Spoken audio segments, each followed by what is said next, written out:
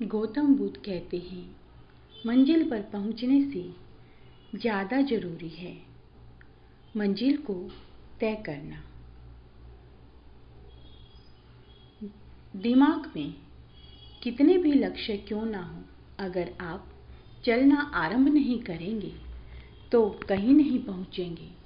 किसी ने सवाल किया कि मैं ऐसा क्या करूं कि मैं जो चाहता हूं वह पूरा हो जाए। मैं जो बनना चाहता हूं, जो मेरी मंजिल है, उसमें मुझे सफलता मिले और यह सफलता निश्चित हो। पृथ्वी पर हम सब का जीवन कर्म प्रधान है, अर्थात पृथ्वी पर कुछ भी घटना घटने के लिए कर्म का होना आवश्यक है।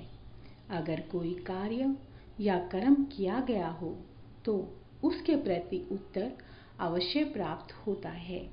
इसलिए कुछ लोग जो इस बात को जानते हैं कि मैं जो कुछ भी करूँगा वो अच्छा होगा, मैं कुछ नहीं करूँगा तो भी कुछ न कुछ तो अच्छा होगा ही, और तब जो होगा वह दूसरों के कर्म के आधार पर होगा।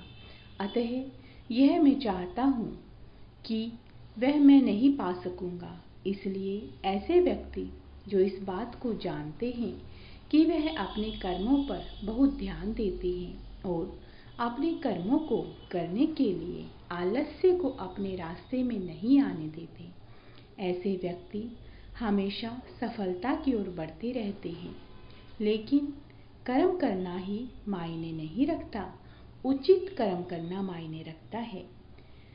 जैसे कोई लड़का या लड़की एक सपना देखते हैं कि वह एक बड़ा अधिकारी बने, और जब से उनके मन में यह भावना आई कि उन्हें यह करना ही है और इसके लिए उन्हें पूरी मेहनत की, भले ही परिस्थितियां उनके विपरीत जा रही हों, लेकिन उन्होंने कभी भी यह बहाना नहीं बनाया कि मुझे इस चीज़ की कमी थी। अगर कमी थी तो उसने उसका भी विकल्प तलाशा। उसका रास्ता, उसका टारगेट सब एक ही था। वह एक चीज के पीछे था, इसलिए उसे उसकी सफलता अवश्य मिलेगी। लेकिन हमारे साथ होता क्या है, हम जो भी चाहते हैं या तो हम उसे जल्दी जल्दी में चाहते हैं या बिना मेहनत के चाहते हैं, या उसके केवल सपने देखकर ही काम चला लेते हैं। या हम मेहनत तो करते हैं लेकिन छोटी सी भी अड़चन आने पर हम पीछे हट जाते हैं। या हम मेहनत केवल इसलिए करते हैं कि मन पर बोझ ना रहे और हम यह कह सकते हैं कि हमने तो कोशिश की थी, किस्मत ने ही हमारा साथ नहीं दिया। किस्मत क्या है? किस्मत कुछ और नहीं है, यह केवल परिस्थितियां होती हैं। एक कर्महीन व्यक्ति को यही परिस्थितियां घेर लेती हैं। कर्म जितना कमजोर होगा, परिस्थितियां उतनी ही प्रबलता से आपको घेर लेंगी और आप इन परिस्थितियों में अपने जीवन को जीने लगेंगे, या कहीं की भी जीना पड़े। इसके विपरीत कर्म जितना प्रबल होगा, परिस्थितियां उतनी ही कमजोर होती हैं। अर्थात उन परिस्थितियों को आप अपने हिसाब से ढाल सकते हैं। परिस्थितियां यानी किस्मत आपकी ओर हो जाती है। एक लड़का चाहता है कि उसकी कोई सरकारी नौकरी लग जाए। सरकारी नौकरी में भी उसका कोई टारगेट नहीं है, कोई भी मिल जाए, या सरकारी ना मिले तो कोई अच्छी प्राइवेट जॉब मिल जाए, या इसमें कुछ अच्छे पैसे मिल जाएं, या कभी कभी मन में आता है कि अपना कोई बिजनेस ही कर लूं। जब सरकारी नौकरी की तरफ जाते हैं तो लगता है कि यह नहीं मिलेगी, क्योंकि तैयारी तो हम करते ही नहीं हैं।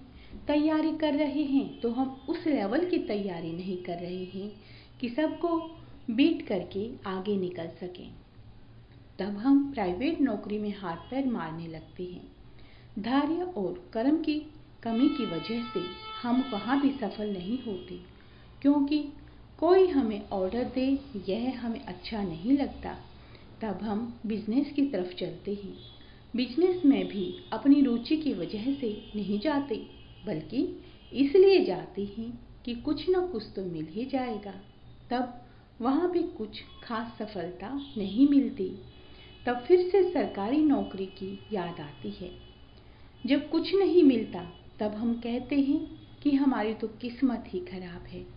परिस्थितियाँ तो किसी के भी अनुकूल नहीं होती, क्योंकि यह आपके कर्म से ज़्यादा दूसरों के कर्म पर निर्भर करती है। कभी यह कहावत ऐसा व्यक्ति मिल सकता है जो दूसरों के कर्म के द्वारा उस चीज़ को पा लेता है जो उसे चाहिए भी नहीं थी, और तब आप कहते हैं कि हमें सफलता नहीं मिलती, हम क्या करें। कि कोई अंगूठी पहन लें, कोई ताबीज पहन लें, कोई अनुष्ठान करा लें और किसी बाबा से मिलें या कोई मन्नत भी मांग लें, शायद परिस्थितियाँ हमारे अनुकूल हो जाएं। एक बात याद रखें, प्रकृति आपको हर वह चीज़ देने में सक्षम है जिसकी ओर आपने अपनी ऊर्जा शक्ति को मोड़ दिया है। आप इसे अच्छे कार्य की ओर भी मोड़ सकते हैं और बुरे कार्य की ओर भी। अगर आप एक साथ 1000 नावों में सवार होंगे तो कहीं नहीं पहुंचेंगे। अगर आप एक समय में एक नाव में ही सवार रहेंगे और अपने हाथों की शक्ति से उस नाव को चलाते हुए किसी भी एक दिशा में चलेंगे तो आप अवश्य किनारे पर पहुंचेंगे, और थोड़ा सा समझ का प्रयोग करेंगे तो उस किनारे पर ही पहुंचेंगे जिसे आप चाहते हैं। एक कहानी है, तथागत गौतम बुद्ध के पास एक व्यक्ति आया और उसने कहा, हे अबोध, मेरे गांव से नदी बहुत दूर है, वहां से पानी लाने में मुझे बहुत समय लगता है। क्या कोई ऐसा उपाय है जिससे कि मैं अपने घर के पास ही पानी को प्राप्त कर सकूं? बुद्ध ने कहा, तुम्हें कुआं खोदना चाहिए, तुम्हें पानी अवश्य प्राप्त होगा। व्यक्ति ने कहा, हे बुद्ध, क्या कोई ऐसा उपाय नहीं है जिससे बिना कुआं खोदे ही मैं पानी प्राप्त कर सकूं? बुद्ध मुस्कुराए और बोले, फिर तो तुम्हें निर्भर रहना पड़ेगा बरसात के पानी पर। जब वह पानी बरसेगा तब तुम्हें पानी मिल जाएगा। व्यक्ति ने कहा, लेकिन बारिश तो रोज नहीं होती। बुद्ध ने कहा, तभी तो मैंने कहा कि कुआं खोद, तो इससे तुम्हें पानी अवश्य मिलेगा, रोज मिलेगा। पूरी मेहनत के साथ कुआं खोदना जब तक कि तुम्हें पानी ना मिल जाए। व्यक्ति ने कहा, जैसा आप कहें बुद्ध, मैं तब तक कुआं खोद दूंगा जब तक कि पानी ना मिल जाए। 1 महीने बाद वह व्यक्ति फिर से बुद्ध के पास आए और बुद्ध से बोला, हे बुद्ध, मैं लगातार कुआं खोद रहा हूँ, लेकिन आज तक मुझे पानी नहीं मिला। आप तो कहते थे कि कुआं खोदने पर पानी अवश्य मिल जाएगा। बुद्ध ने कहा, मुझे दिखाओ कि तुमने कहाँ कुआं खोदा है। वह व्यक्ति बुद्ध के साथ उस स्थान पर पहुंचा। वहां पर 7-8 फीट के 10 गड्ढे खुदे हुए थे।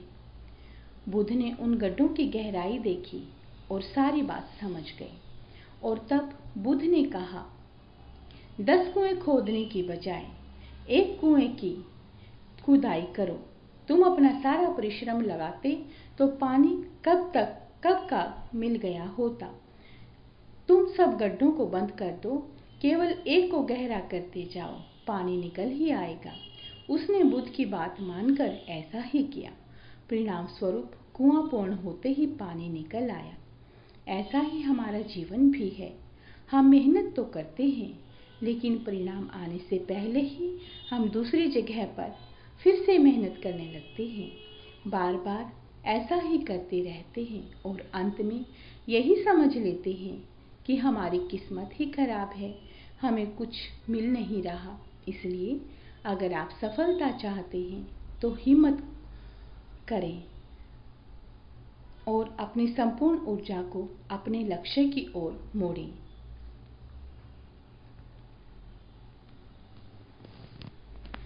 लक्ष्य को पाने के लिए यह आवश्यक है कि अपनी कोशिश जो आपने की है वह पूरी ईमानदारी से करें। आप अपने आप को धोखा तो नहीं दे रहे हैं।